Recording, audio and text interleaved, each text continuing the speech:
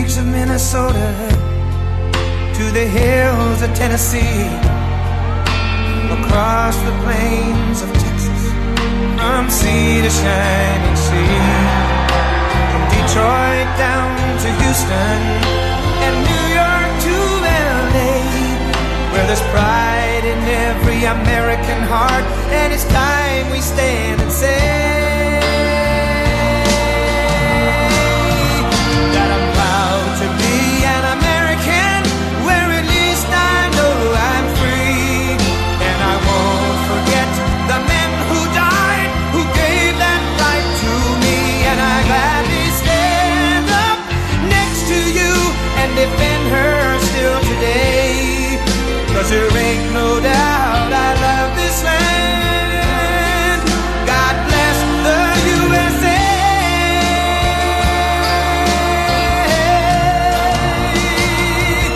And I'm proud to be an American, where at least I know I'm free, and I won't forget the men who died, who gave that right to me, and I gladly stand up next to you and defend her still today, 'cause there ain't no doubt I love this land. God bless the USA.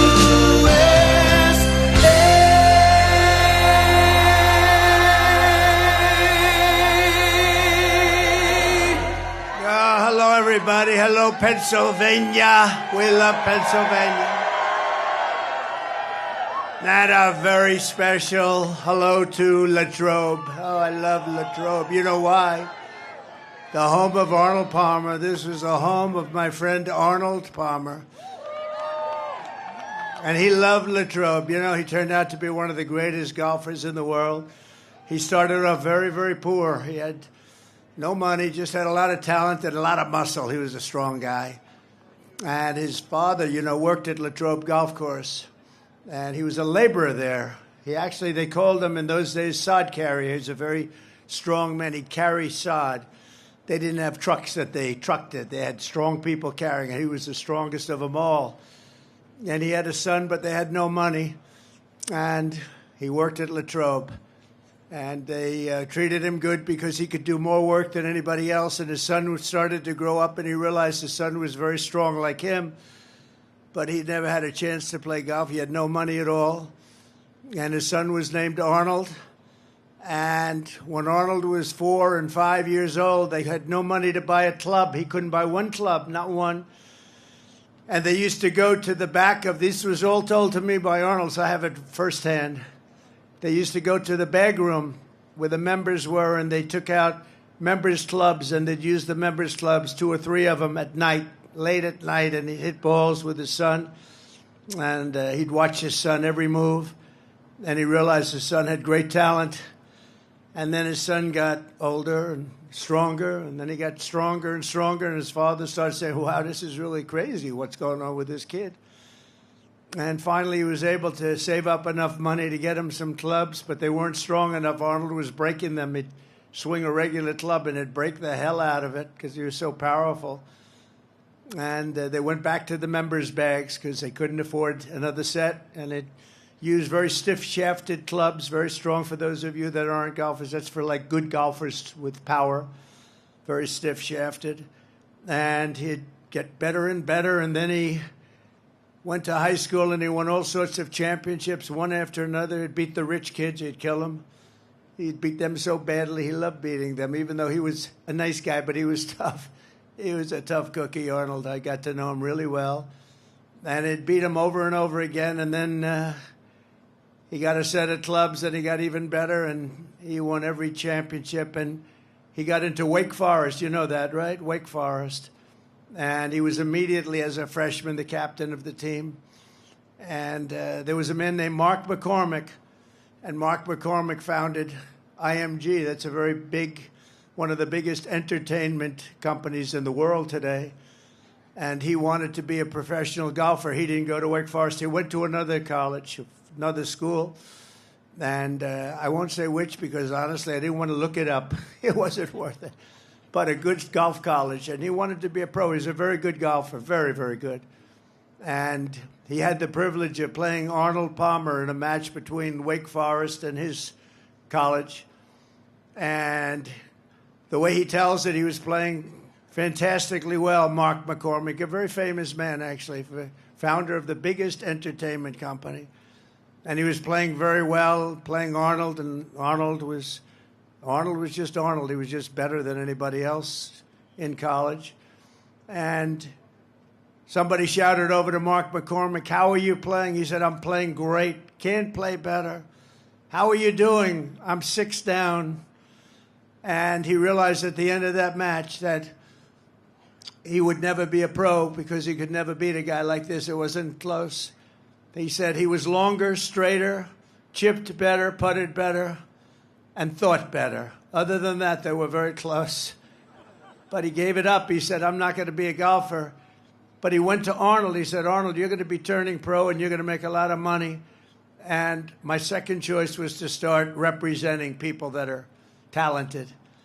And I'd like you to be my first client. And they made a deal where Arnold owned a big piece of the company. And Arnold started winning immediately. Made a lot of money for him. And Mark McCormick became the agent. And then because of Arnold's success, IMG, which you know, most of you know, it's very, very big now. Hollywood stars, everything. IMG became well known, and he started signing a lot of other players and a lot of other people. And then he started with Hollywood, and they signed Hollywood stars. And it became the biggest of those companies, like William Morris and all of them. And it was all because of Arnold. Arnold owned a big piece of it. Arnold was a very rich man. And I said to Arnold, I got to know him when he was 69 years old. And I played pretty much with him, a lot of them. And as he got older, you know, when you get older, you start to lose a thing called distance. And I'm a good golfer. Not like that, but I'm a good golfer. And I felt so good because I was hitting it a little bit longer than Arnold. But he was by this time about 75, 76. And I'd hit it 4 or 5 yards past him. I said, "Arnold, let me ask you, 30 years ago, 40 years ago, was I longer than you?" He said, "Donald, I wasn't president or close at that time. That was long before I decided to have this fund." So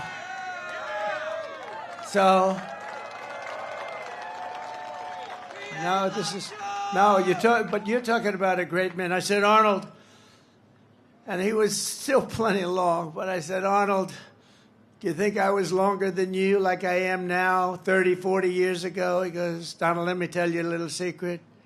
You weren't even close." He said, "You see that tree out there?" He pointed to a tree that was about 70 yards in front of us. He said, "That's where I would drive it. And you're about 70 yards short of that tree, and you would have been even worse than you were." And it's true. You know, he won, I think it was Pine Valley, one of the great courses. He won the U.S. Open. He drove a par 4. Only person ever to drive that hole until that time. He drove it in a playoff to win the playoff. He went over the trees, very risky shot. He ended up driving the green, and he won with a birdie on the hole. And nobody till that point had done anything like it. But I said to Arnold, he became very rich because of the investments and the IMG and all of the different things. And I said to Arnold, just out of curiosity, you could live anywhere in the world. You could live on the Pacific Ocean. You could live on the Atlantic Ocean. You could live anywhere in the world. Why did you choose to stay? And part of the beauty is that because he made money right away, a lot of times it takes a pro years before they start making the money. It's a very, very difficult sport, actually. But he started right away making money. And you know the first thing he bought was Latrobe Golf Club. And you know the first thing he did? He took his father from a laborer to make him the course superintendent. How cool is that? And then ultimately his father became the manager of the club. And Arnold was so proud, and his father was good. He said, "One thing with my father, nobody's going to steal on me." He said that. And I said that too. I said, "There's something nice." And then I took Arnold, when he was quite old, in all fairness, we took a helicopter from where he was in Florida to Doral. I own Doral, which is a great place. And it's got 4 courses, many championships. Many of the best championships were at Doral. And I was building these beautiful, they call them villas, about 88 units in each one, hotel villas. And I named them after the 10 greatest golfers, including like Jack Nicklaus, Tiger Woods, Ben Hogan, Gary Player, Slammin', Sammy Snead, all great players. And I said, Arnold, I really want to name one after you. Would you like it? He said, I'd love it. I'd be honored to have that. And we flew down for the opening ceremony to cut a ribbon for the Arnold Palmer Villa. And it's, to this day, people just love it. And I'll never forget the day. He was having a little hard time. He was a little older. He hit the 80s. But he was still, when he got up there, he had that magic like nobody had. And, you know, there were a few golfers that you could say maybe slightly better.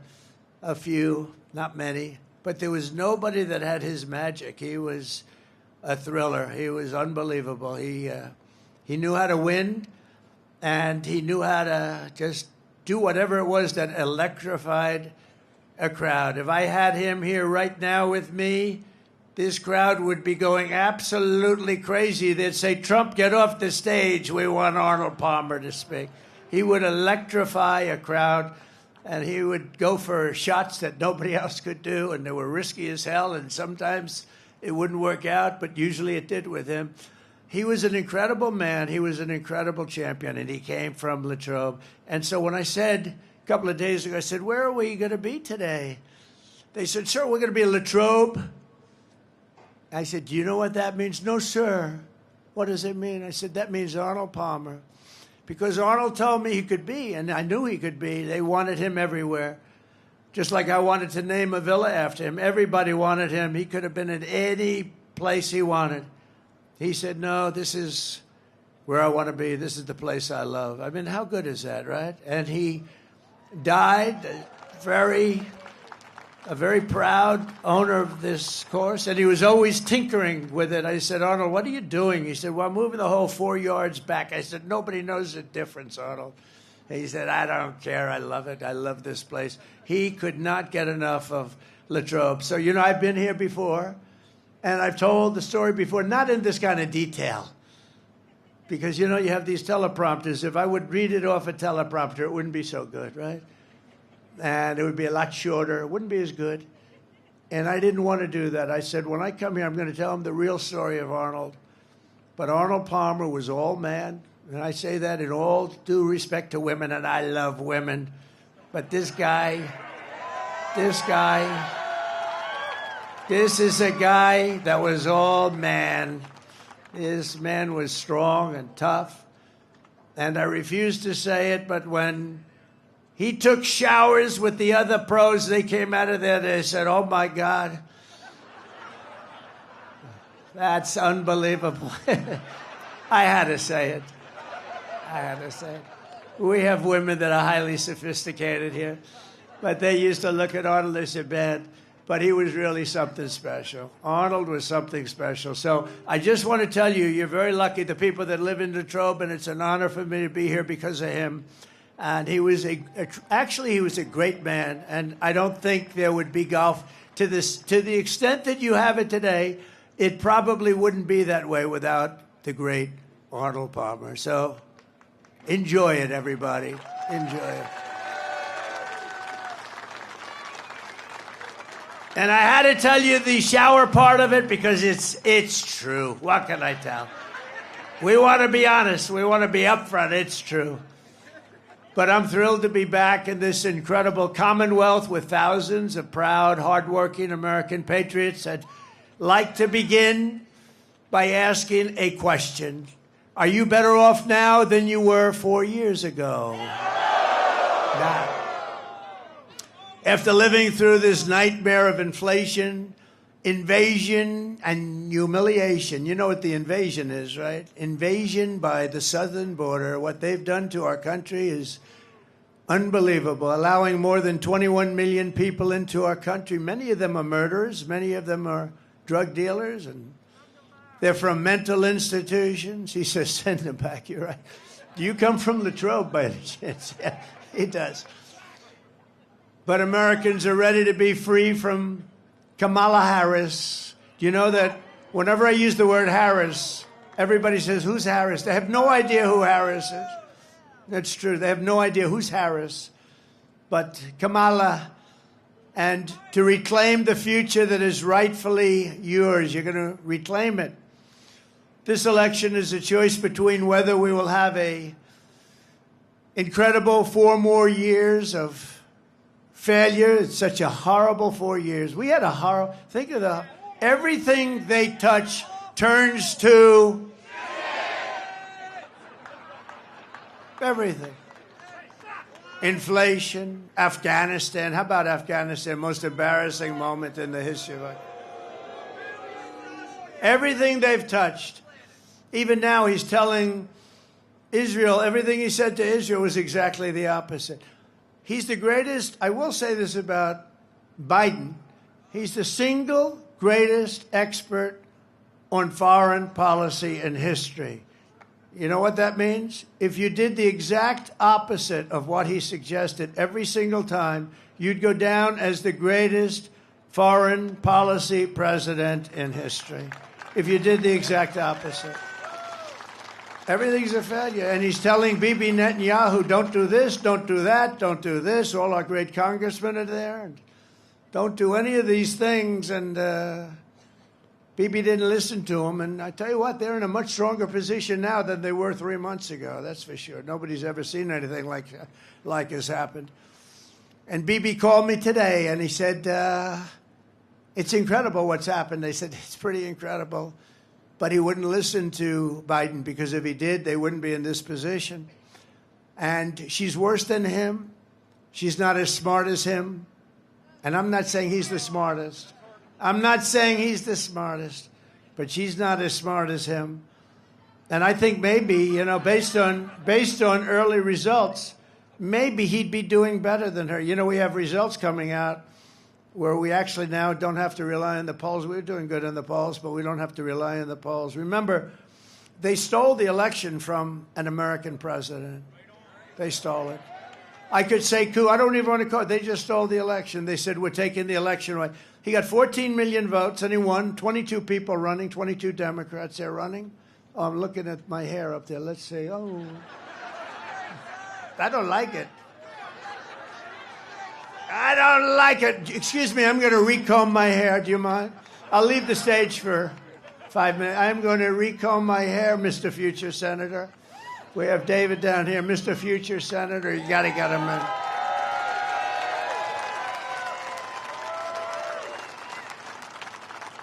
You're doing good, too. Well, let's keep it the way it is. Let's just keep going, right? We'll trudge through it. But this election is a choice between whether we will have 4 more years of failure and disaster, and that's what it's been. It's been failure. We're disrespected all over the world. They're laughed at all over the world. They're laughing at him and they're laughing at her. The other night they had Catholic Charities. They had the biggest event, the Al Smith dinner. It's the biggest event of the year for Catholics. And she's the only one in years, decades, that didn't show up.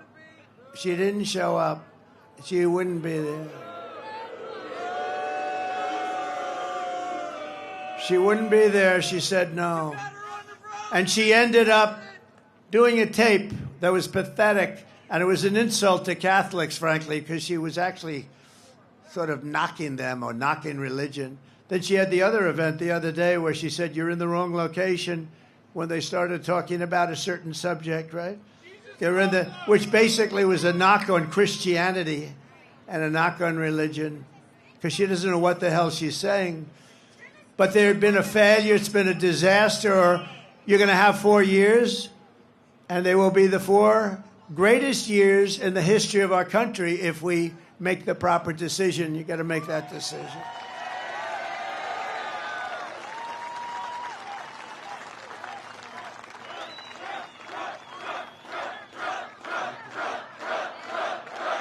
Thank you. Thank you. Thank you very much. But you know, by the way, if you're Catholic, you can't vote after that. And you can't vote for another reason.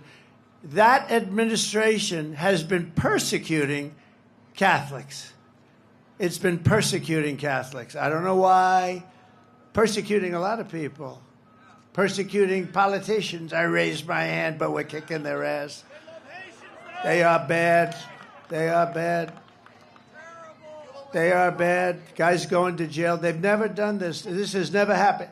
It happens in third world countries and banana republics. They go after, it's called weaponization. They weaponize their justice departments. I call it the Department of Injustice. Ours is the Department of Injustice.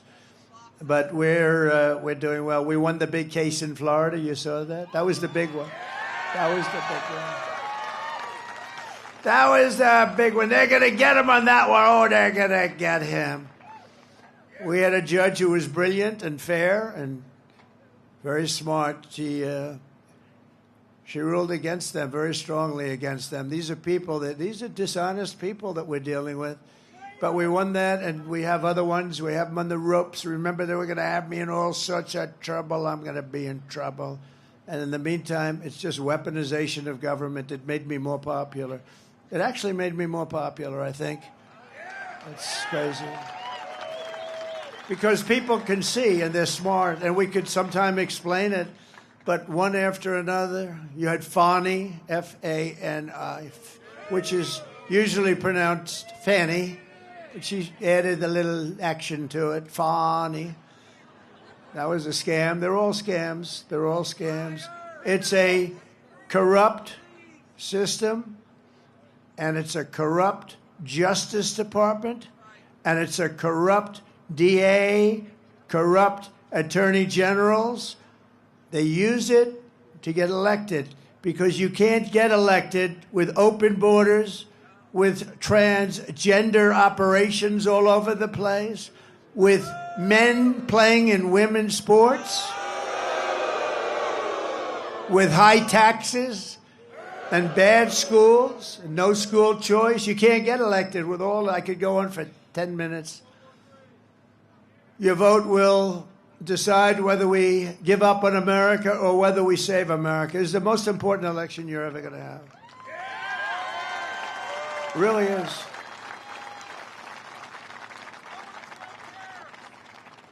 By the way, how nice is this place? Isn't it beautiful? Look, people, as far as you can see, they give you a little extra security nowadays. Do you notice? I got more machine guns than I've ever seen in my life. Look at these guys. Hey, I got more machine guns.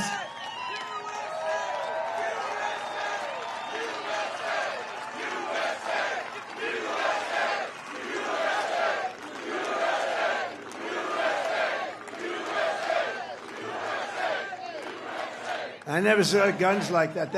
I said to my son, Don, he knows a lot about guns.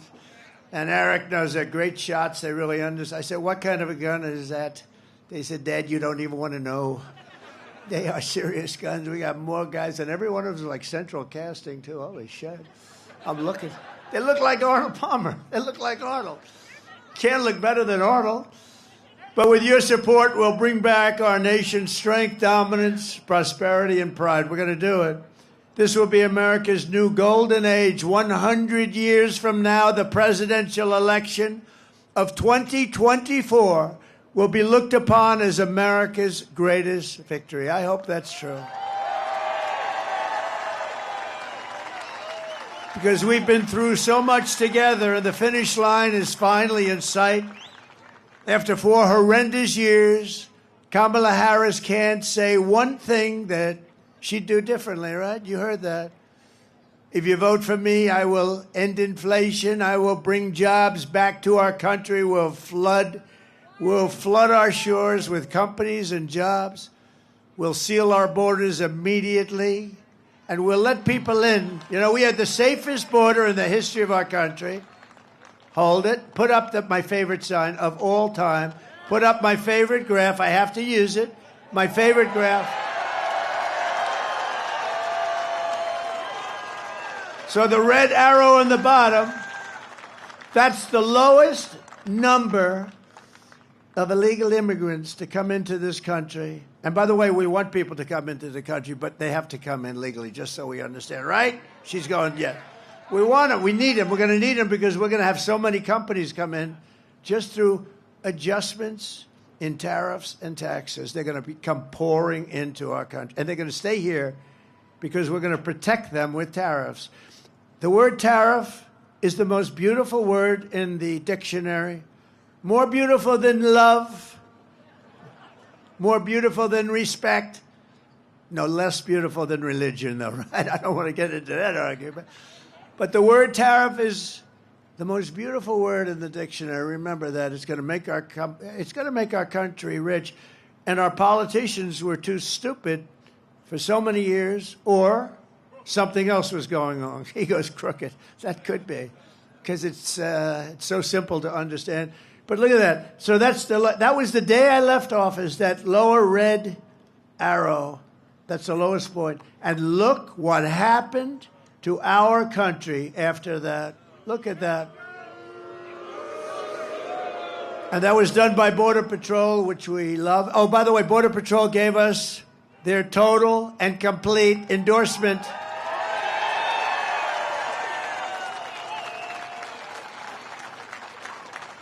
And it's hard. You know, they're not actually supposed to do it.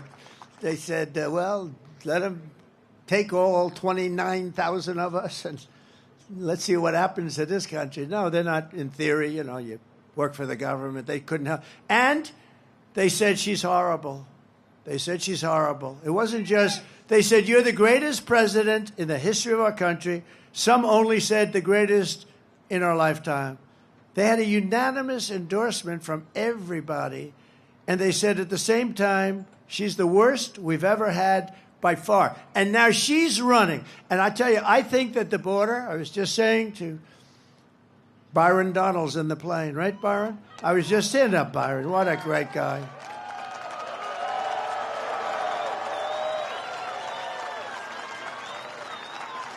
Look at that black hat. So, you know what? You know who the founder of that hat is? Elon Musk. He wore it.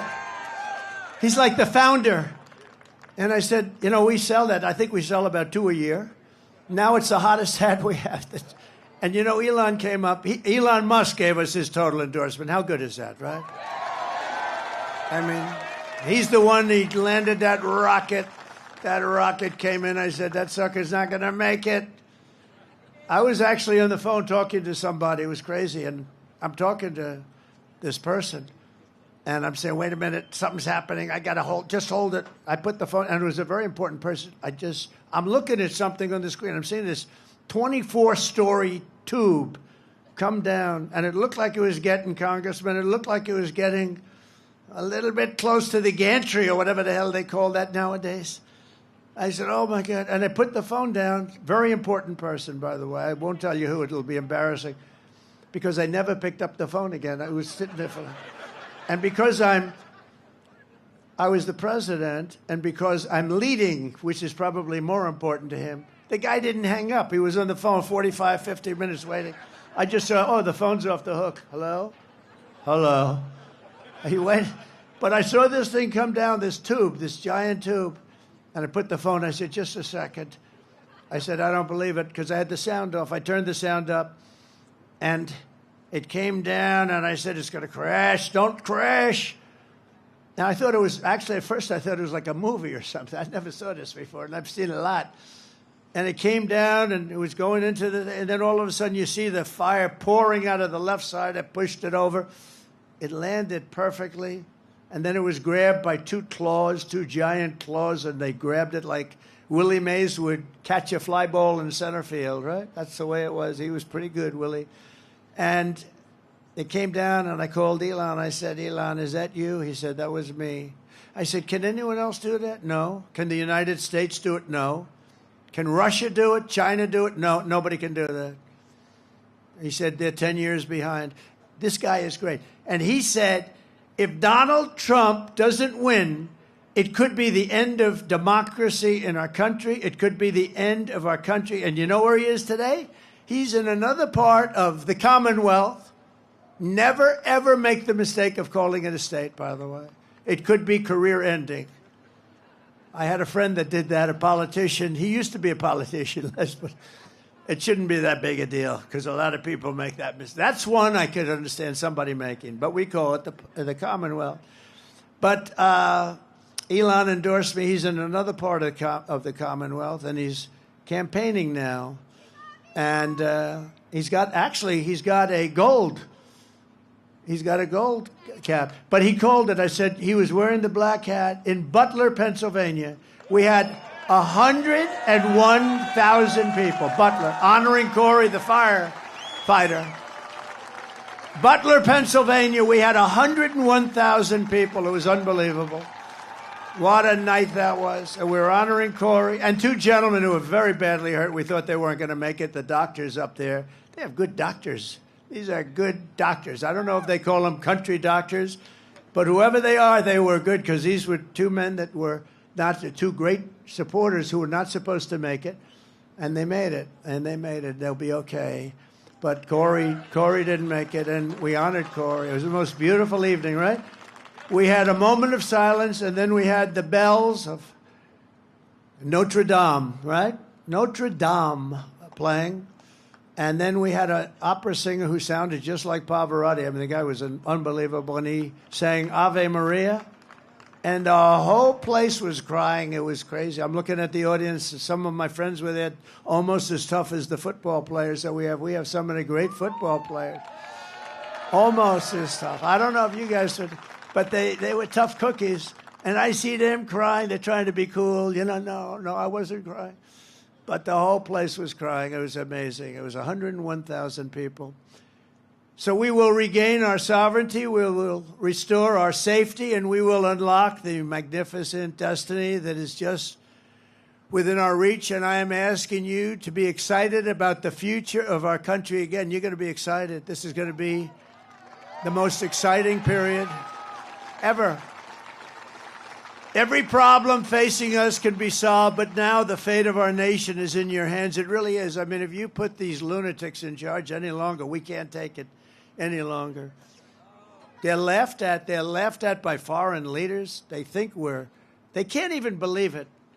They can't even believe it. Biden can't find his way off a platform. She's worse. I wonder if she's going to have any trouble. No, she should be probably okay in that regard. But she's worse up here. Pennsylvania, you have to stand up and you have to tell Kamala Harris, who shouldn't be there, she's a threat to democracy. The way they took over, they call me a threat to democracy, right? She's a threat to democracy because she shouldn't even be the candidate. They should have picked a candidate fairly, not just given her because they want to be politically correct. I mean, whether you like him or not, you know, we had the debate. And his numbers went down. He didn't have a good night. But that can happen. But, you know, that happens. And the numbers go down, and they went down. And they went into him. They said, we're not going to let you run. We're going to take it away. That's crazy. Nancy went in. Chuck Schumer went in. Some of the people went in. They took it away from him. They just took it away from him. It's bad. And that is a threat to democracy, if you think about it, right? That's a real threat to democracy. But you have to tell Kamala Harris. And by the way, I think he would have, let's see what happens. And I may be wrong, but let's see what happens. I think he might have done better than she's going to do, because all we had to do is expose her as a lunatic left, further left than Pocahontas. Do you know who Pocahontas? Elizabeth Warren. She's further left than Pocahontas. And I don't want to get into that stuff, but her mother said she was Indian because she had high cheekbones. That's what she said. And then she went out and did a test because I was driving her crazy, calling her Pocahontas. So she fell for the trap. And she did a test, and she was so happy because it came back 1,014th. Remember?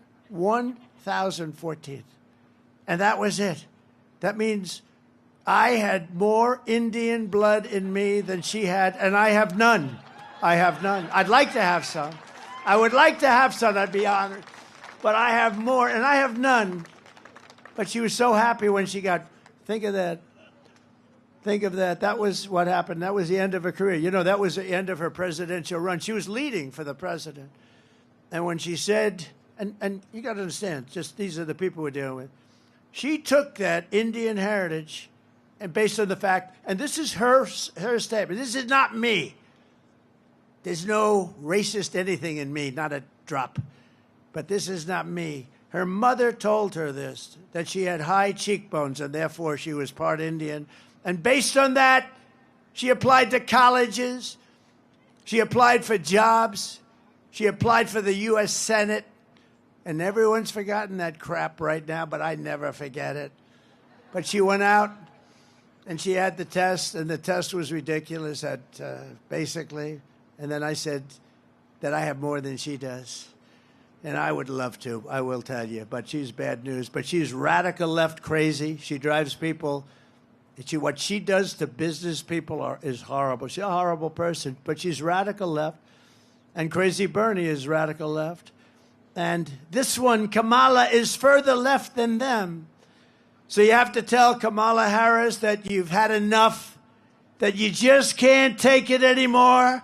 We can't stand you. You're a shit vice president. The worst. You're the worst vice president. Kamala, you're fired. Get the hell out of here. You're fired. Get out of here. Get the hell out of here, Kamala. There you go. Early voting in Pennsylvania is now underway. Go and vote. Just go and vote. Get out there, and if you've not registered to vote, you only have 2 days left. You have to get out there and register immediately. Does everybody promise they're going to register? Okay. Boy, look at the crowd. Wow. Wow. Hello, everybody.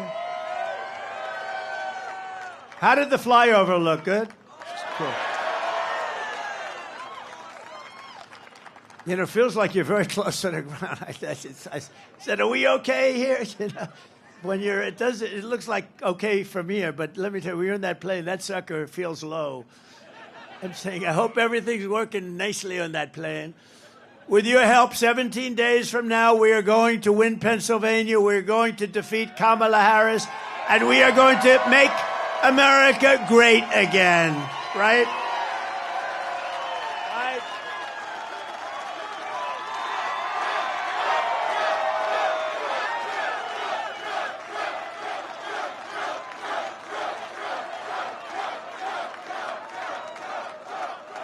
And I'm in big trouble tonight. You know why? Franklin Graham wrote me. You heard this. Like 2 months ago, he said, President, we love your stories. We love your speaking. We love everything about you. You're a great Christian. We love everything about you. But, sir, please, please don't use any bad language, bad words. He said, your stories will even be better. And I wrote it back. I said, I'm going to try and do that. But actually, the stories won't be as good. Because you can't put the same emphasis on. So tonight I broke my rule. I've done it for weeks, but tonight I just said, look, I'm in Pennsylvania. What the hell? What the hell? I went to school here. I went to the great Wharton School of Finance here. What a great school that was, too. What a great school. So if we win Pennsylvania, we win the whole damn thing, right? And starting on day one of my new administration, I will end Kamala Harris's war on Pennsylvania energy because she's going to ban fracking, right? 100%. She was against fracking, against all this stuff, and then all of a sudden about a year and a half ago when she was getting killed in the polls, she said, I like fracking very much. Look, they always go back to what they want. They always go back. She can't help it. She's a radical left Marxist. She can't help it. But we're going to end that, and we will frack, frack, frack, and drill, baby, drill. We're going to drill, baby, drill. We're going to be drilling so deep. We're going to be, for these guys, we're going to drill. We're going to take out so much money. We're going to pay down our debt. We're going to lower your taxes. I gave you the largest tax cut in the history of our country. And the biggest regulation cuts in the history of our country. And we had the best economy in the history of our country. And we had the best border in the history of our country. Other than that, what the hell? I did other things, too. I rebuilt the military. And unfortunately, they gave a lot of it away to the Taliban. These geniuses, these stupid people like Milley, General Milley. Remember his performance in Congress? General Milley and Mattis, all these guys, what a bunch of lightweights. But we have great generals, but they're the ones you don't see on television. They're the ones that actually have to fight. Like, we defeated 100% of the ISIS caliphate with great generals, and we have a great military, but not the ones you see on television. Not the movie actors that you see. Kamala has said repeatedly she wants to ban fracking, which would kill over 500,000 jobs in Pennsylvania alone. Watch this. There's no question I'm in favor of banning fracking. I am committed to passing a Green New Deal and finally putting an end to fracking once and for all. If they fail to act as President of the United States, I am prepared to get rid of the filibuster to pass a Green New Deal. I am offering a Green New Deal that has been described as one of the most aggressive and progressive. Well, he's going to bring the Green New Deal up for a vote. Yeah, I will vote for it. It is a resolution. I believe that the underlying principles behind it are sound and important. What is the solution for voters who have jobs and interests in the fossil fuel industry? Giving the workers an ability to transition into the jobs of the future. Can we afford it? Of course we can afford it. It's not about a cost.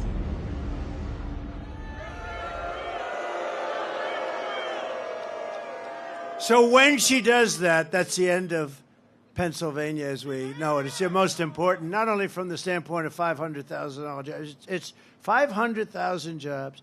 But in terms of income for the state, you would have to double and triple your taxes to make up. And she's going to do it. She's going to do it. She's going to do it. And you know the other thing, the taxes, you know what an unrealized capital gain is? Okay? It's called, I'll tell you what it is, communism is what. So she wants to have a tax. So capital gains tax is terrible. It's rough. But, you sell something, you can pay the tax.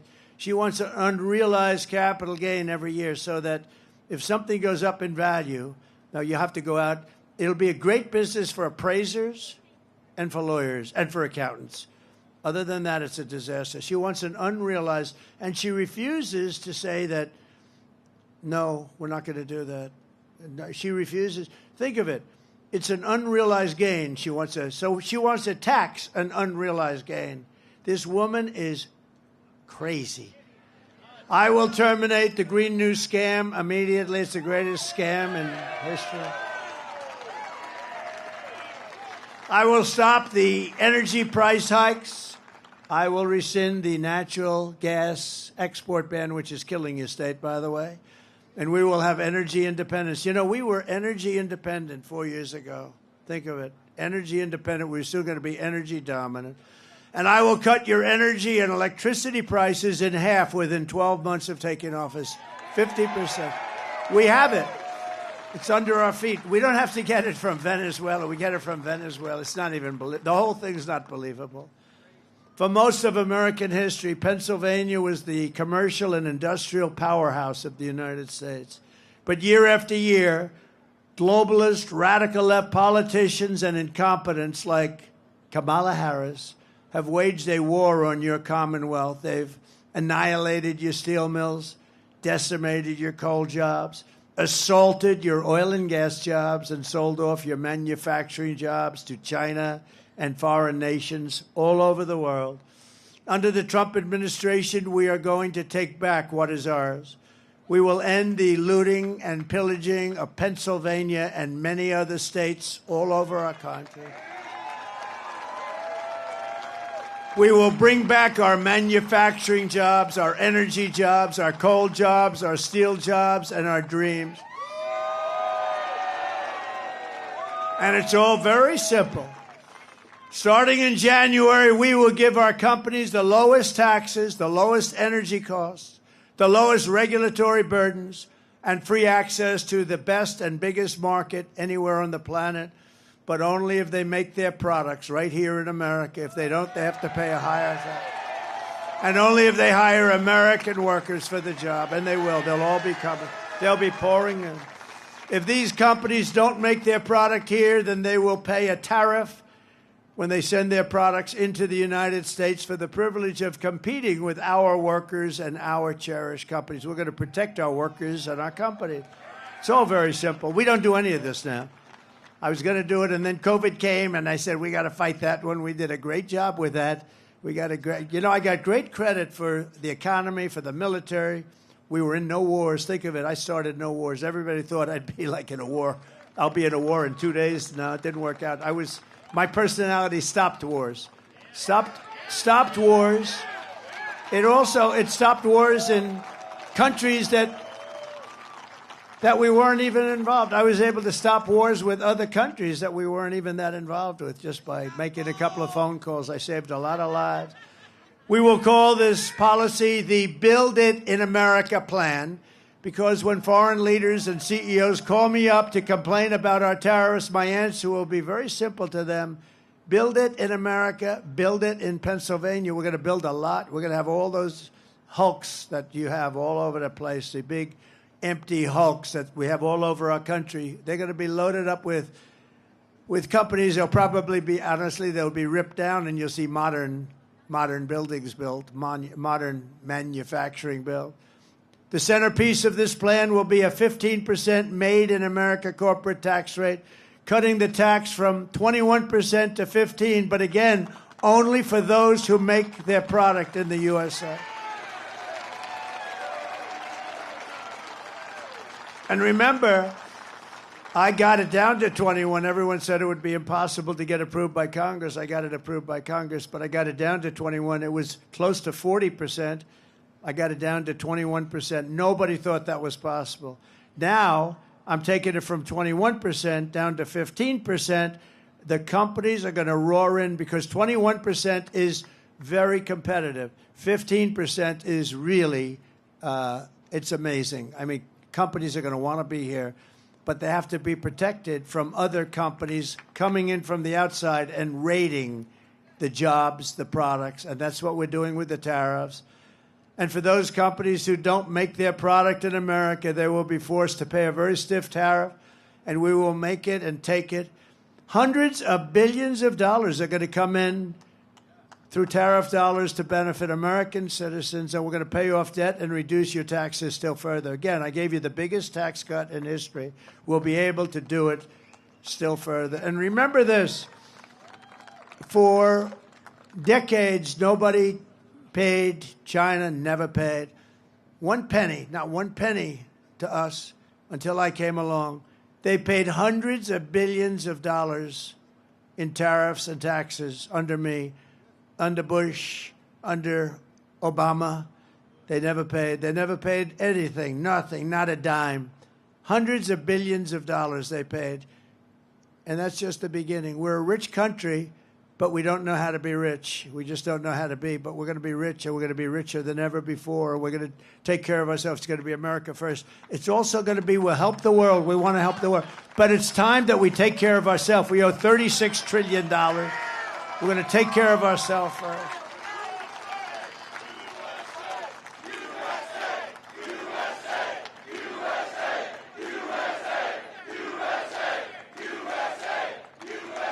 And I will never apologize for defending America. I will protect our workers.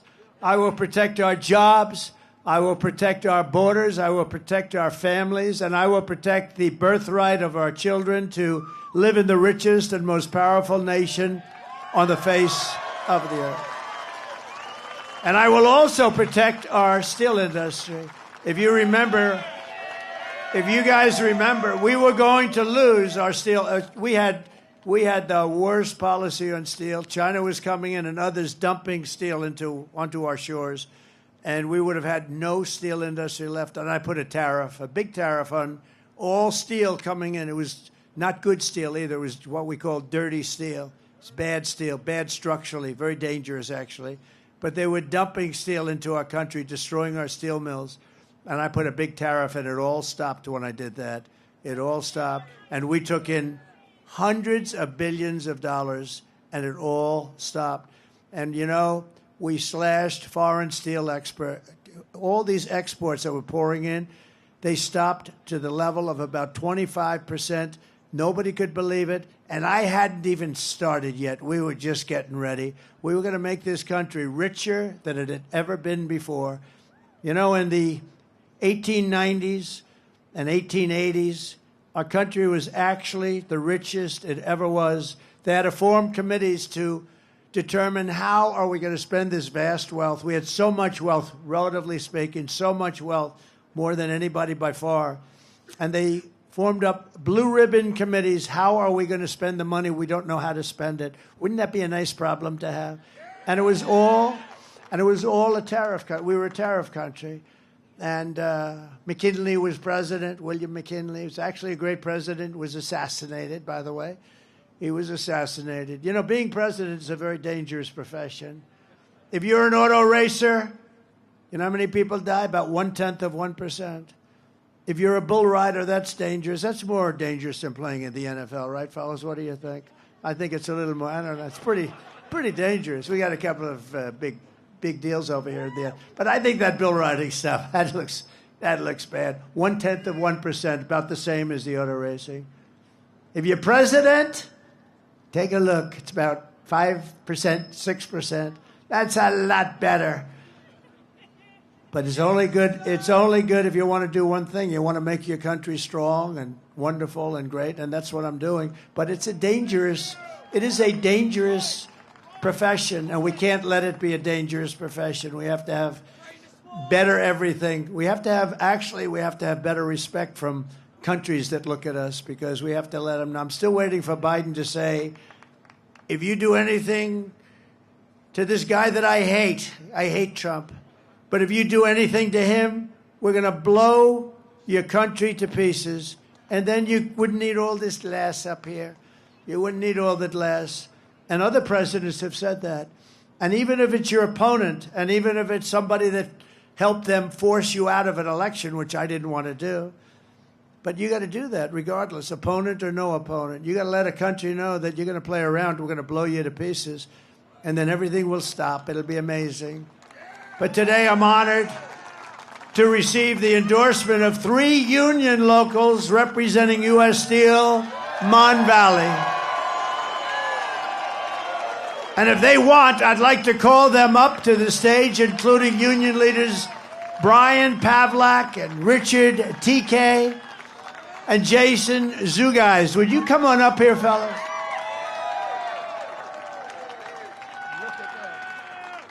These are good-looking people. Good-looking guy, yeah. About executive order? Oh, yeah. You guys can say something. Nice to meet you. Thank you very much. Nice to meet you. Thank you very much. That's great. Do you agree with what I said? Yeah. It's pretty simple. Yeah. It's pretty simple. Good-looking guys, huh? It's an honor. You like the Arnold Farmer story, I bet. I love it. Isn't it true? Yeah. Thank you. Pleasure to meet you. Glenn Thomas. I work down in Braddock.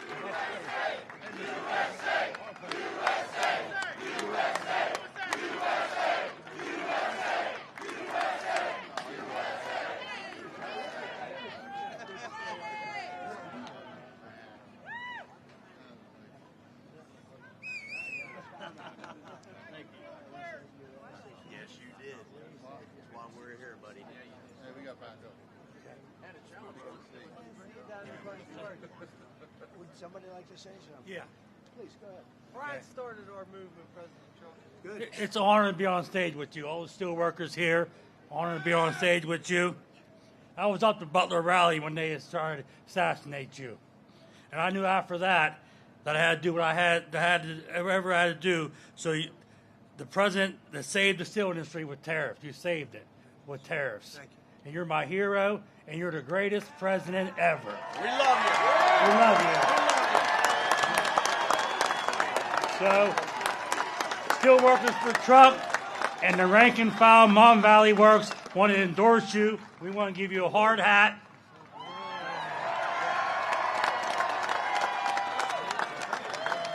And also another hat, too.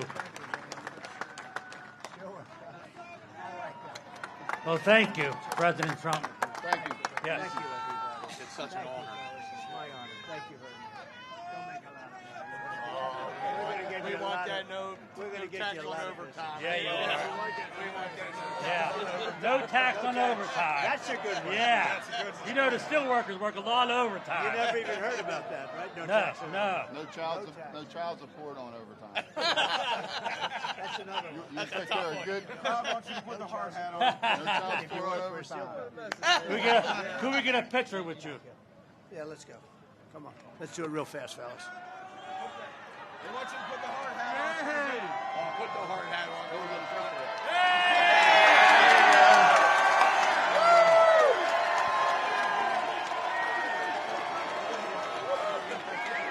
Thank you. Thank you, everybody. Beautiful. Thank you, fellas. Let's take a picture. Come on. We'll go fast. Let's go. Got it? They've got it outside. Okay, he's got it right there. Let's go. We got to get back. Thank you, fellas. Thank you. Good job. Good I'll job. go see you backstage. Good.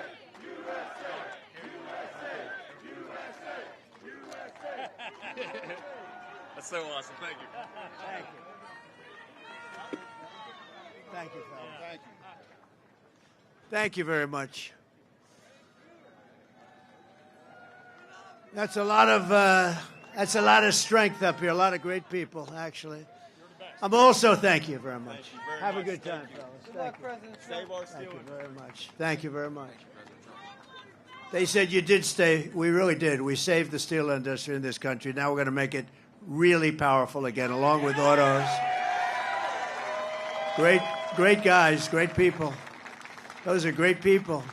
I'm also, and that have been beaten up for a lot of years unfairly because we had stupid politicians or corrupt politicians. I'm not sure which.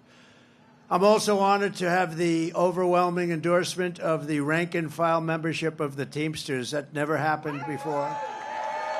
Never happened before. Never happened before. And also we have something else, the law enforcement. Virtually every group in the United States from law enforcement, every single group, the sheriffs, the police, the fraternal order, 400,000 police, they all endorse me. So thank you very much. Thank you. I don't think she has one. She's a disaster. She wanted to defund. She was involved in defund the police. I think when you defund the police, that's the end of that. With 4 more years of Kamala Harris, Pennsylvania will be an economic wasteland. That's going to happen. And I'll tell you, with me, you're going to make more money than they've ever made before. You're going to have the best salaries, the lowest taxes. You're going to be doing better than you ever did. And we're going to put this into motion fast. You can do it very fast. Very simple, too. Kamala's inflation has already cost the typical family over $30,000 in higher prices, and now she wants to raise typical family taxes by nearly $3,000 a year. Just take a look at this video, please. Kamala Harris is going to significantly raise taxes. Taxes are going to have to go up. Kamala's plan will raise families' taxes by nearly $2,600 a year. Under Kamala, prices have already soared. Now she'd make it worse with even higher taxes. Taxes are going to have to go up. President Trump will cut taxes again. No taxes on tips, overtime, or Social Security. I'm Donald J. Trump, and I approve this message. You know, they said to me up here, we like the overtime the best. I said, yeah, you probably. You like the overtime, right, fellas? That's right.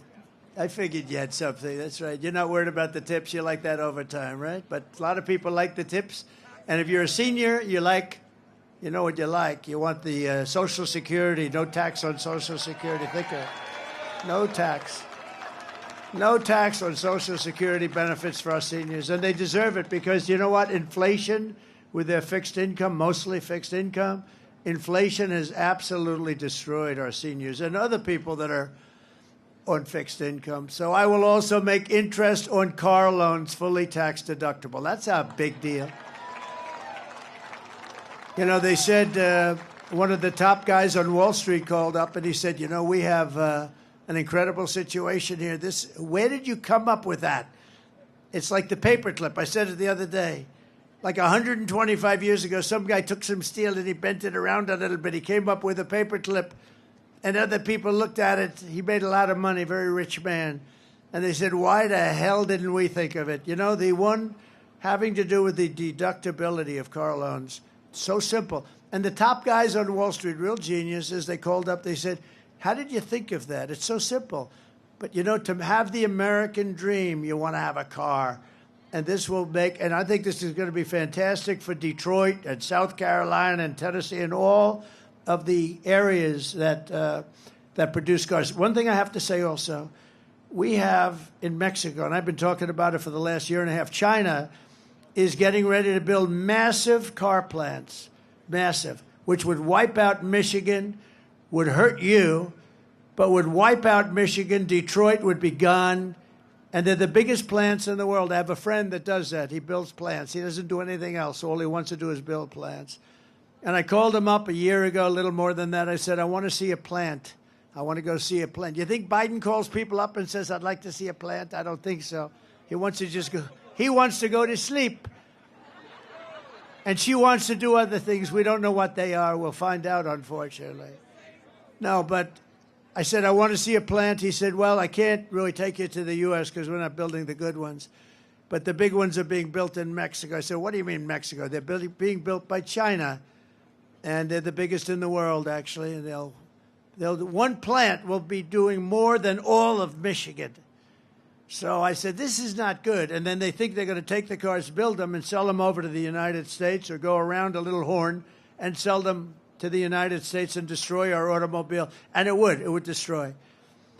So I said, I've had it. And I started talking about tariffs. We're going to put massive tariffs on these companies that are coming in and destroying our jobs and our companies.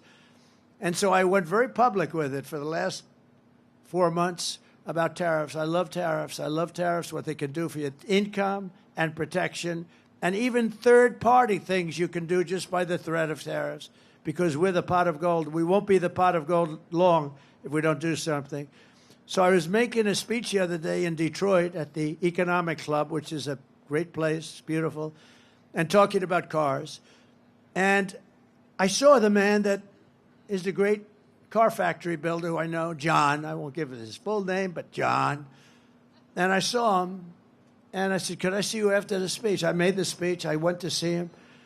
I said, how are those plants coming, the big ones in China? They said, sir, they just canceled them because they think you're going to get elected, and they don't want to build them because they won't be able to pay tariffs. We just canceled them. I didn't even do anything. And I just saved Detroit. I just saved every car-making state. No, but think of it. I thought to myself, just the threat of tariffs, they canceled these multi-billion-dollar auto factories. Auto machines is what they really are. Now, will I get credit for that? I don't think so, but we know. But he just said, because of you, they think you're going to get elected. They think you're going to charge tariffs that are so much that it won't be possible for them to survive. And China just canceled those big, beautiful factories that would have destroyed our country in terms of automaking. And, you know, I think it's great. And now people are starting to see it. They're saying that was a pretty good thing to do. I didn't even do anything. Just the mere threat of that beautiful word kept what we have. Don't forget, a lot of it's been taken over 50, 60 years. We were the greatest powerhouse. We will have that back soon. I think we can compete with it. We will have that back soon. We're going to have so many auto plants and so many steel plants built in this country now. So simple, too. It's so simple. And, you know, I've been talking about this for the last couple of months, and people are starting to understand it. They're starting to understand it. And, you know, China does it. They've been doing it for a long time. They say, we don't want your cars. If you want to build a car, you build it in our country. They did it with Harley Davidson in India. They charge a 200% tariff on a motorcycle. They said, if you want to do this, you have to build it. We don't want your motorcycles. We're going to charge you 200. Harley Davidson said, we don't sell any in India. Tariff's too high. I said, what are you going to do? They said, we've got to build a plant over there, sir. We're the only one that doesn't do it because we're ruled by corrupt and stupid politicians, but we're doing it now. As we build our economy, we will also restore our borders. For 4 straight years, Kamala has imported an army of illegal alien gang members and migrant criminals from prisons and jails they come, from insane asylums and mental institutions, and all around the world. They come from Venezuela to the Congo. They come from the Congo now. A lot of them are coming out of the jails of the Congo. And she's resettled them into our communities to prey upon our innocent American citizens. No, we're not going to do that.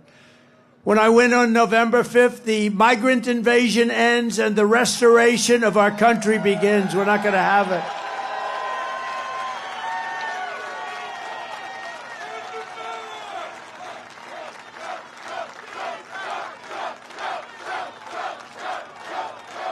Thank you. And every day, Kamala is using migrant flights and her phone app. Do you believe they have a phone app?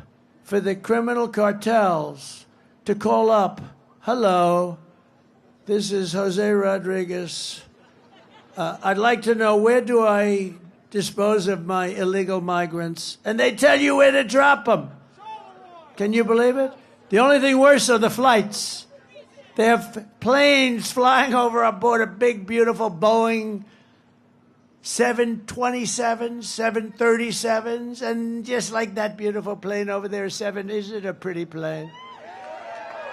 757s, 767s. They have planes flying back and forth, loaded up with migrants, only going one way, by the way, to flood Pennsylvania, Ohio, Michigan, and Wisconsin. That's what they're doing in the entire Midwest with thousands and thousands of illegal migrants, and many of these are very dangerous people. They'll look at you, they'll cut you up, and they won't even think about it. As just one example, the 4,000-person town of Charleroi, Pennsylvania, has seen, listen to this, a 2,000% increase in the population of illegal migrants. Think of that, 2,000% increase in the population of illegal migrants under Harris. She doesn't want to be called border czar. But you know what? I don't care. She was in charge of the border. This mentally deficient president put her in charge of the border. And she never went there, not once. And she never, when the Border Patrol last week endorsed me so strongly, I asked them, how often did you speak to her? You were dealing with her. They said, sir, we never spoke to her once. I said, who did she speak to? There were like 40 guys on the stage, all the leaders of the Border Patrol. She said, not one of them did she speak to. Not one. Pennsylvania is not going to take it anymore. One of the deadliest and most vicious migrant gangs that Kamala has imported into our country is the savage Venezuelan prison gang, Tren de Aragua. Has anyone heard of it? You've heard of MS-13? These are right in the same category. You don't get any meaner or tougher. But they're taking over apartment complexes like I do. I'm in the real estate business also, isn't it? They do it differently. They do it with guns. I do it with financing. And unleashing a violent terrorist spree all across America. This is happening all over. Let's watch.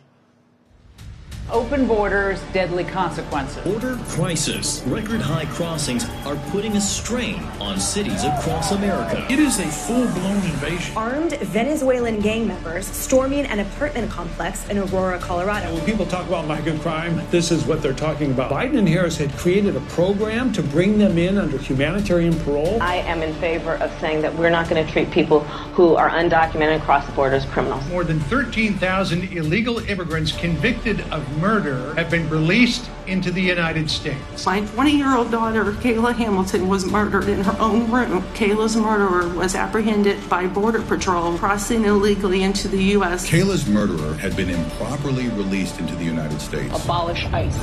Yeah, we need to probably think about starting from scratch. An Afghan national is in custody today after being accused of plotting an election day terrorist attack. The suspect entered the U.S. on a special immigrant visa. More than a dozen people suspected of being Tren de Aragua gang members right here in San Antonio. The gang members had been terrorizing the apartment complex. New details in the murder of Laken Riley. The illegal immigrant suspect, who cops say committed the heinous murder, is a Venezuelan national. And was paroled and released into the country by the Biden administration. 2 men investigators say are in the country illegally from Venezuela are charged with capital murder in the death of Jocelyn Nungaray. Court documents suggest a group of men arrested for beating and robbing a Dallas woman last month are members of a Venezuelan street gang. Manuel Hernandez was booked by Colleyville police just 2 days earlier and released the day before the robbery.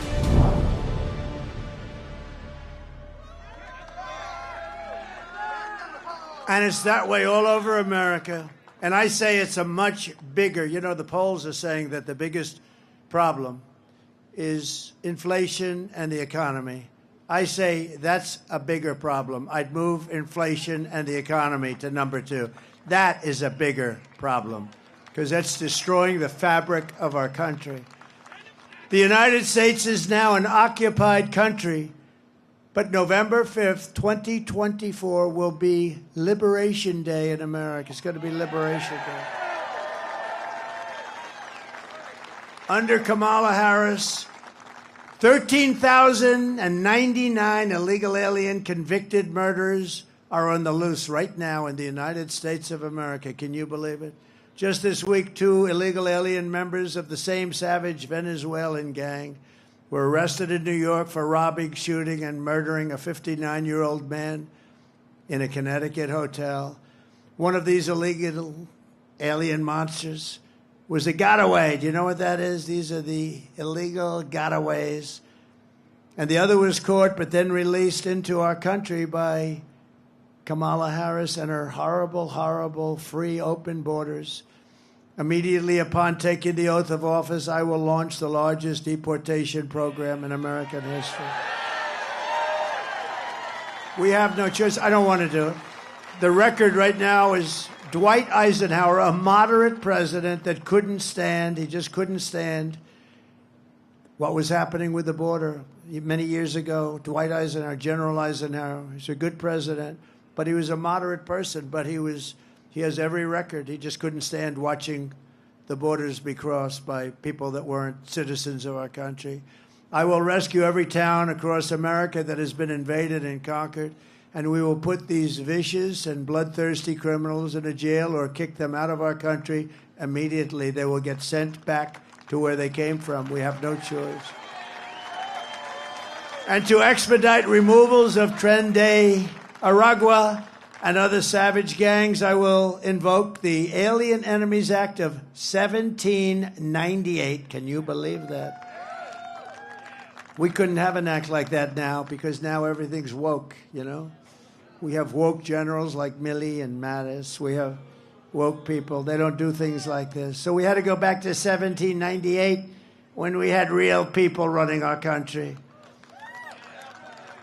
The Alien Enemies Act of 70 gives a tremendous power to the president to do what's right, to target and dismantle every migrant criminal network operating on American soil. And if they come back into our country, it's an automatic 10 years in jail with no possibility of parole. So when they come back, if they come back, when they hear that, they won't come back. And if that's not good enough, we'll make it 20. And I'm also calling for the death penalty for any migrant that kills an American citizen or a law enforcement officer.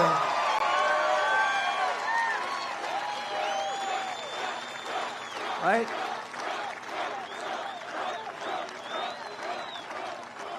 Kamala's invasion is also bankrupting Medicare and Social Security. She wants to give millions of illegals the benefits you worked for your entire lives. And by the way, by talking about education, Social Security, all of the different benefits. That's why people are pouring up into our country.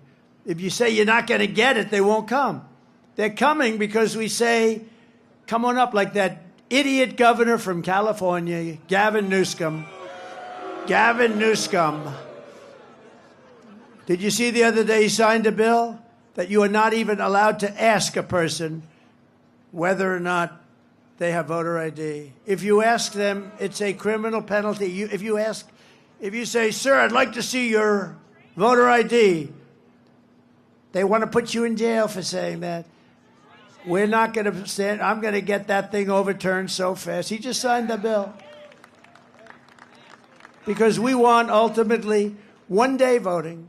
We want paper ballots. We want voter ID, and we want proof of citizenship. And we're finished. And we'll have quick, fair elections that will cost 8% of the cost of these very beautiful, fancy machines that go up to Mars and around and down and all over the place. You ever see this?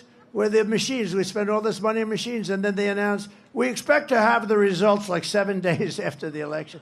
If you had paper ballots, you get them at 10 o'clock. France went to paper because what we did didn't work. The mail-in ballots didn't work. France had them, and you know what? Didn't work. There was a lot of theft, a lot of things going on. They went to paper ballots, same-day voting, 38 million votes. Everything was done by 10 o'clock in the evening. No people complaining, nothing. I will protect for a fraction, by the way, for a fraction of the cost. I will protect our seniors and ensure that federal benefits are for Americans only. I just want them to be only for Americans. Kamala is telling you, if you vote for her, it's 4 more years of the same. Take a look. Would you have done something differently than President Biden during the past 4 years? There is not a thing that comes to mind. I stood there on the tarmac watching you check your watch. The chaotic and deadly U.S. evacuation from Afghanistan stunned Americans and the world and cost the lives of 13 U.S. soldiers. Would you have done something differently? There is not a thing that comes to mind. More than 13,000 illegal immigrants convicted of murder have been caught at the border and then released into the United States. An Afghan national is in custody today after being accused of plotting an election day terrorist attack. The suspect entered the U.S. on a special immigrant visa. Gut-wrenching new details in the murder of Georgia nursing student Laken Riley. The illegal immigrant suspect, who cops say committed the heinous murder, is a Venezuelan national who crossed the unsecured southern border back in 2022. 2 men investigators say are in the country illegally from Venezuela are charged with capital murder in the death of Jocelyn Nungaray. A 5th illegal immigrant accused of attacking 2 New York City police officers over the weekend showed no remorse or regret. Would you have done something differently? There is not a thing that comes to mind. Only 18% say the economy is in excellent or good condition. US inflation has hit a new 40-year high, increasing by 9.1% over the financial year. The cost of homes have spiked. Home buyers need to earn 80% more than they did in 2020 to afford a house. Were you the last person in the room? Yes. That's it. All right? You do nothing different than the worst administration in the history of our country. The happiest person in life. He just turned over 100 years old now. He's over 100. He turned a few weeks ago. Jimmy Carter. He's the happiest man around. You know why?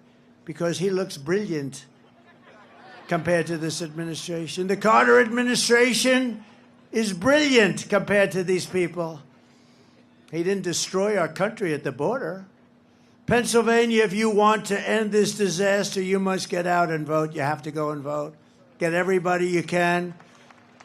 And ladies and gentlemen, we can start really well. There's a man, I'm going to call him up real quickly. His name is David McCormick. He is a great man.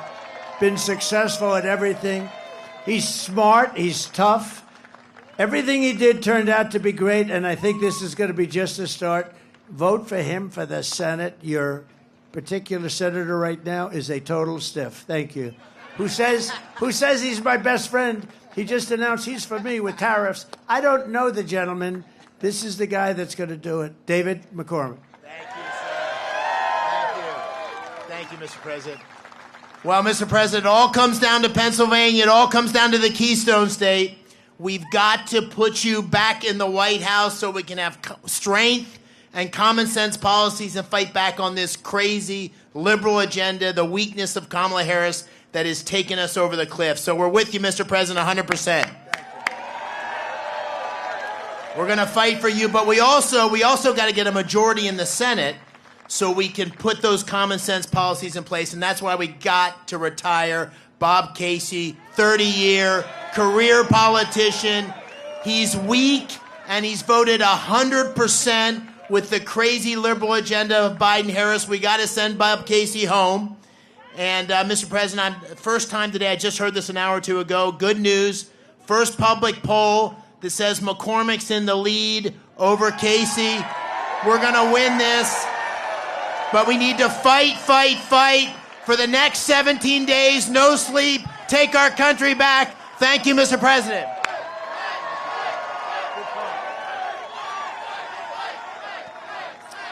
Thank you very much, David. David's a good man, and he's going to really represent you, and he's going to work with us on getting your taxes down, etc. We're also joined by Representatives John Joyce, great guy. Where's John? Hello, John. Dan Muser, who's fantastic, my friend, all my friends, and Byron Donalds of Florida.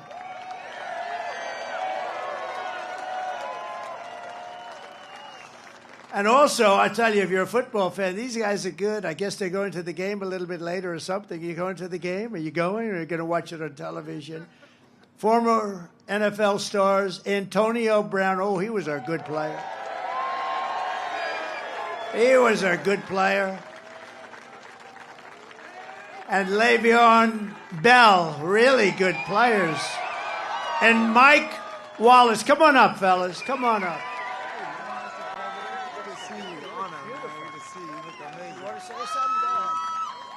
Let's vote for Trump, baby. Make some noise for the president.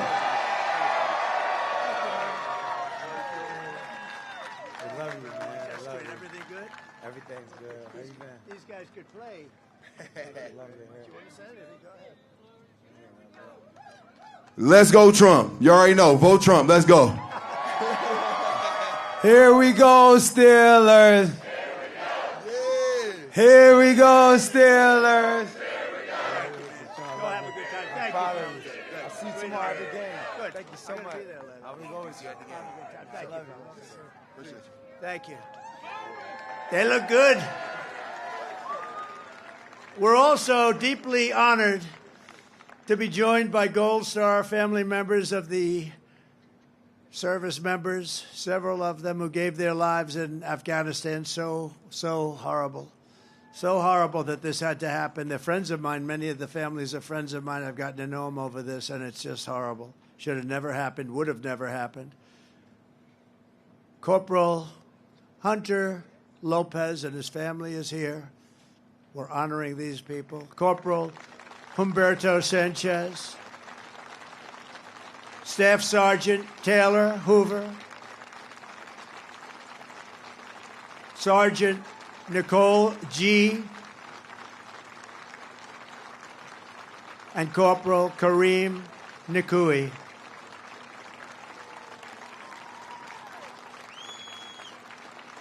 Thank you very much. Great people. I got to know them very well. Should have never, ever happened. 13 people, many so badly injured. We have to talk about them. I talk about them all the time with the legs and the arms and just obliteration. So I want to thank you all very much. Thank you for being here. Thank you.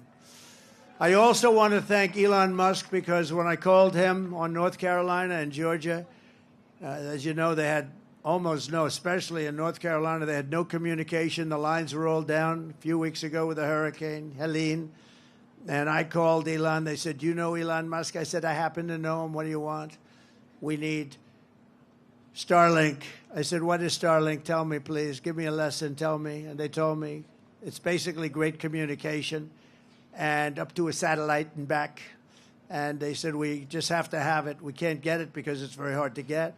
And I called Elon, and he had it there in literally in moments. It was amazing how fast he got it there for them. So I want to thank Elon for doing that. That was great.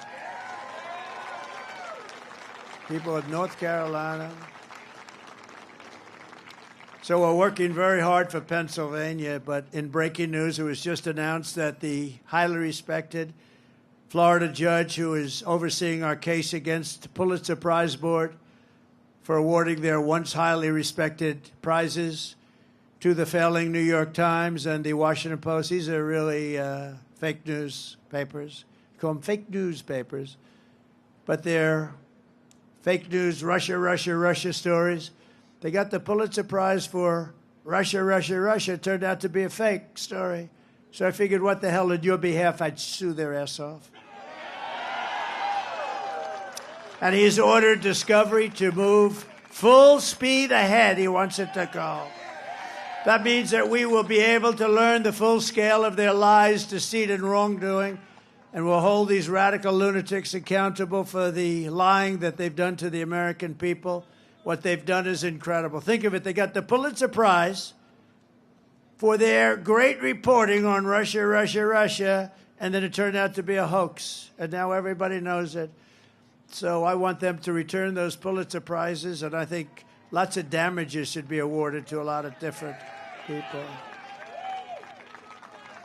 So here are the facts. Kamala Harris is a radical left Marxist, rated even worse than Bernie.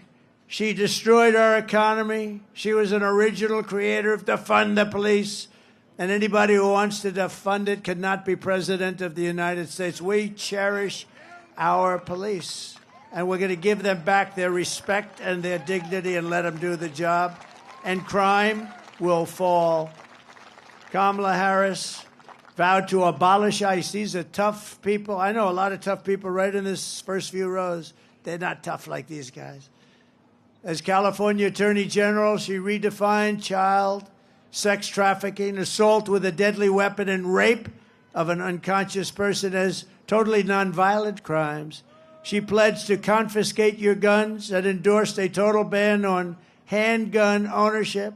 She even called for free sex changes for illegal aliens and detention at taxpayers' expense. She lied about working at McDonald's, a simple thing. You know, I think very soon, maybe tomorrow or something, I'm going to McDonald's to work the French fry.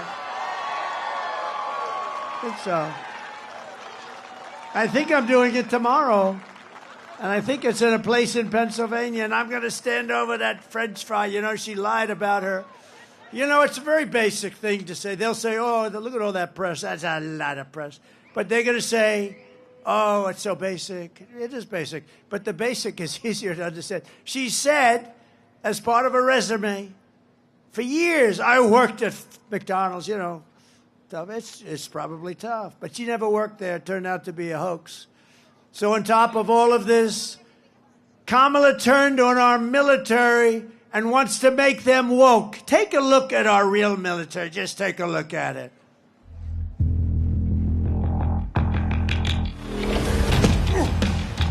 You little scumbag!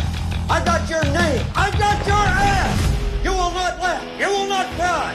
You will learn by the numbers! Happy Pride. Happy Pride Month, and actually, let's declare it a summer of pride. So you're a killer? Sir, yes, sir! Let me see your war face. Sir, you got a war face? Ah! That's a war face! Now let me see your war face! Ah! Bullshit! You didn't convince me! Let me see your real war face! Ah! I hear it and I know I know you wanna take. You will be a weapon. You will be a minister of death, praying for war. But until that day, you are pukes. You are the lowest form of life on earth. You are not even human fucking beings. You are nothing but unorganized, grabastic pieces of amphibian shit. How to abracadabra, these bitches know I got answers the way I... It looks to me like the best part of you ran down to crack your mama's ass and ended up as a brown stain on the mattress.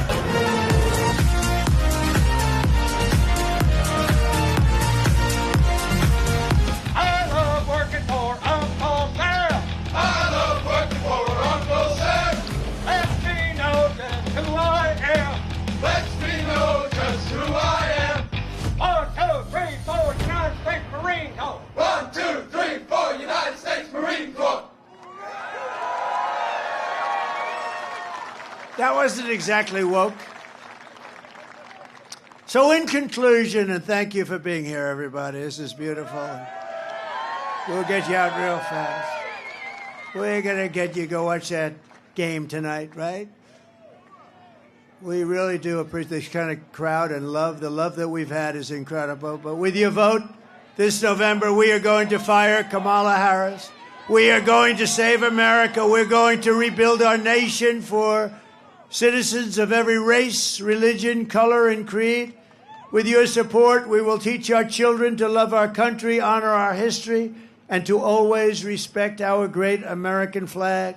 We will cut your taxes, demolish inflation, slash your prices, raise your wages, and turn the United States into the manufacturing superpower of the world. We will hire American, buy American, build American, and show the whole world that the American dream is back, bigger, better, and stronger than ever before. I will end the war in Ukraine, stop the chaos in the Middle East, and prevent World War III. And I'm the one that can do it. I'm the only one that's going to do it. I will crush violent crime and give our police the support, protection, and resources. And we have to give them respect again. We're going to give them respect like they've never had. And they're going to get rid of crime, and they'll get rid of it quickly and efficiently. We cannot live with the kind of crime that we're living with in our country today. We will strengthen and modernize our military. I rebuilt our military, and now we're going to modernize it still further. We will build a missile defense shield, all made in the USA, including the Commonwealth is going to build a lot of it. We're entitled to it. We're entitled to it. Others have it. We want it too. And we will land an American astronaut on Mars. Get ready, Elon. Get ready. We got to land, and we got to do it quickly. But a lot of that has to do with military, the space. You know, I created Space Force, and it's going to go down, in my opinion, it's just about the most important with time, of the forces. We were way behind Russia and China, and now we're leading them by a lot. It's a great thing. Space Force, first time in 82 years since Air Force that this happened. We will rebuild our cities, including our capital in Washington, D.C., making them safe, clean, and beautiful again. We will get critical race theory and transgender insanity the hell out of our schools. And we will immediately keep men out of women's sports. I will defend religious liberty. I will restore free speech. And I will defend the right to keep and bear arms, our Second Amendment. And we will end sanctuary cities and stop illegal immigration once and for all. We want people to come into our country, but they have to come in legally. After years of building up foreign countries, defending foreign borders, and protecting foreign lands, we will finally be going to build our country, defend our borders, and protect our American cities, suburbs, and towns. We will protect them like they have never been protected before. We will not be invaded. We will not be occupied. We will not be conquered. That's what they're doing. This is an invasion into our country of a foreign military. We will be free and proud as a nation again. Everyone will prosper. Every family will thrive, and every day will be filled with opportunity and hope. But for that to happen, we must defeat Kamala Harris and stop her radical left agenda once and for all. It will happen. It will happen. We want a landslide that's too big to rig. So early voting is underway. Get everyone you know and vote. After all, we have been through together. We stand on the verge of the 4 greatest years in the history of our country. These will be 4 of the greatest years in the history of our country, and it's going to happen quickly. With your help from now until Election Day, we will redeem America's promise, and we will take back the nation that we love. We are one people, one family, and one glorious nation under God. We will never give in. We will never back down, ever, ever, ever. and we will never, ever surrender. Together we will fight, fight, fight. We will vote, vote, vote, and we will win, win, win like we have never won before. November 5th will be the most important day in the history of our country, and together we will make America powerful again. We will make America wealthy again. We will make America healthy again. We will make America strong again. We will make America proud again. We will make America safe again. And we will make America great again. Thank you, Pennsylvania. Thank you. God bless you all. God bless you.